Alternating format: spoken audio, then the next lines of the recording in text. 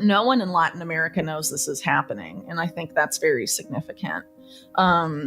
Because if they did, I think that, whether they're on the left or the right, or whether they believe in the official climate change narrative or not, why would you want this particular satellite company doing this, for example? Obviously a rather controversial proposal, and the local governments aren't managing the carbon credits at all. They're being traded and sold and custodied and all of this by these other groups. Not the local governments themselves. And also there's an effort to put this entire carbon market infrastructure expressly on the Bitcoin blockchain through a sidechain protocol. As far as, exploiting people and resources in Latin America goes, when you're, the most vulnerable in countries like Peru, Colombia, and others, when they've been targeted, they're essentially voiceless minorities, a lot of them.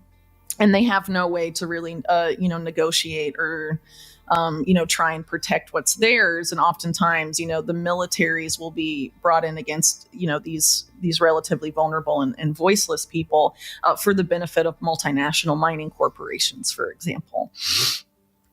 So, it really depends. It would really have to be sort of like a very significantly wide movement. And unfortunately, especially in the post-COVID era, there was this big effort to onboard everyone onto smartphones and cashless this and digital everything. And a lot of people have become, kind of mesmerized and much more docile, I would say, in Latin America after the COVID situation and everything and its impacts here. I would hope that there would be pushback. I live in Chile, and there is a good amount of pushback and efforts to start mining in southern Chile. But, it depends, because a lot of the people that are looking to mine and extract and exploit are the most powerful people in the world, and view, lithium, cobalt, and a lot of these other minerals that can be found in Latin America or in the Andes specifically, as essential to their ambitions for net zero 2030 and the electric vehicle, quote unquote, revolution.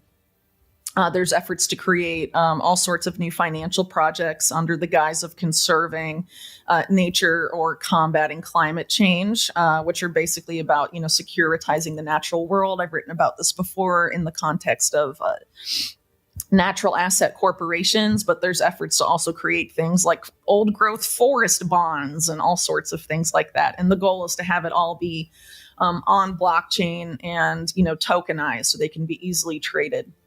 And this is, one of the major ambitions of people like Larry Fink, who is now, a big proponent of the Bitcoin ecosystem under certain metrics only, of course.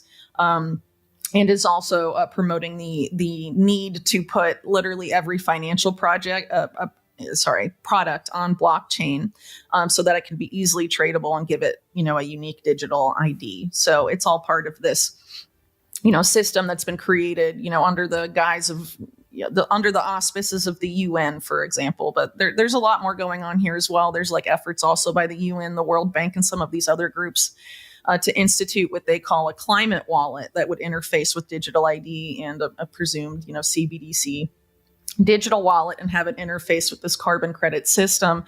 Recently, in just the past couple of days, we've had Christine Lagarde of the ECB say that the entire financial system needs to be rewired for climate change. And she's not the only one saying that. You have the head of climate finance at the UN, Mark Carney, former head of the Bank of England and Bank of Canada, and former Goldman Sachs guy. I'm also saying similar things. Larry Fink is saying similar things. The banker consensus is that the entire global economy has to be remade. And one of the main pillars of that new system they wish to impose on us is the carbon market, which they currently refer to as the voluntary carbon market. But like digital ID, it will be voluntary in name only. And so, the question is, how do you participate in the market? Are you going to be the person buying up the carbon credits? Are you going to have that capital? Or are you going to be selling off your carbon credits or selling off, your land and your resources, trying to monetize them in order to have some sort of, greater capital in this new system they're making? As Whitney discusses the complex web of climate finance and debt. So, when focusing on what may happen to get us there, I prefer to focus on where they're trying to take us. because that's something that we can look at, document, and it's very clear. And that may help us, help more effectively resist the psyops that we are being barraged with to try and get us to consent to all of this. And of course, one of the main things here is to basically do what they did during COVID with vaccine passports, impose digital ID on everyone, because that is the foundation for the whole Sustainable Development Goal or Agenda 2030 agenda, which is about remaking every aspect of our lives for global technocracy. Among other things. And so, there's a big effort right now that I've been focusing on in some of my articles, efforts to manufacture consent, for example, in the US for a biometric entry-exit system under the guise of tackling illegal immigration. And this is happening in other places in the world as well. And I would argue that what's going on there is an effort to convince the populist, right-leaning populists in the U.S. To support digital ID, which they were against during the COVID era. And there's a lot of other efforts to do that as well, whether it's, trying to sell it as necessary for voter identification when you could continue using the same IDs that people have used before, or use physical IDs as opposed to digital IDs. And I think a big part of that is because they need to psyop us and manufacture consent for these policies, because they won't work without our compliance and our obedience to them. And so, what happened in COVID was a big test for a lot of that. But obviously, they've learned lessons from that, and we should have as well. And we need to focus on not complying with these various policy goals and not onboarding to these various systems they're going to try and force us onto, and find ways to live independently from them. Because whether it's, war or famine, they could try and offer what they're doing now with the World Food Program's Building Blocks program. If you want rations, humanitarian rations, you want to be able to eat. If you're a refugee, you have to scan your eyeball and pay with a digital wallet linked to your biometrics. It essentially operates the same way as Sam Altman's WorldCoin, which is being, foisted on people in Latin America right now that are in places that are, experiencing a lot of economic desperation, like Argentina specifically. And that could be one way they try and onboard people. It could be saying we need everyone to have. We need to know who everyone is for everyone's safety, coming at it from the safety angle, or everyone has to have digital ID to get online, to stop hate speech, to stop terrorism before it happens. I mean, there's infinite number of narratives they could use. They could use, they're talking about the bird flu thing right now. They could try and just do what they did during COVID and go back to vaccine passports and try and get digital ID that way again.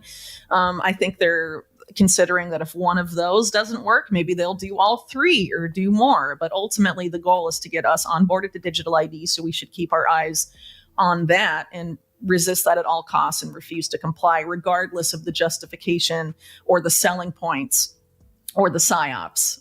We should know that that is the thing to be resisted, because once that system is in place, they can essentially do everything they want. They have their social credit paradigm. They have complete surveillance control. And, that's ultimately what the goal of a lot of these policy agendas are. And of course, digital ID is intimately folded into the idea of digital programmable and surveillable money, whether it's a central bank digital currency or the efforts by the private commercial banks to issue CBDC equivalents, which doesn't get enough airtime, in my opinion, because they're definitely doing that as well. But ultimately, it's to have force upon people a programmable, surveillable existence. And that is what we should be focusing on and resisting. And there's a lot of efforts to have us focused on one piece of the different puzzle, or one of the possible avenues that they will use to try and, scare us really into onboarding into these systems. But if we keep our eyes on what the policy agenda is, we can avoid a lot of those things that are sent intentionally to distract us or to unsettle us or to make us afraid, and focus on resisting and not complying.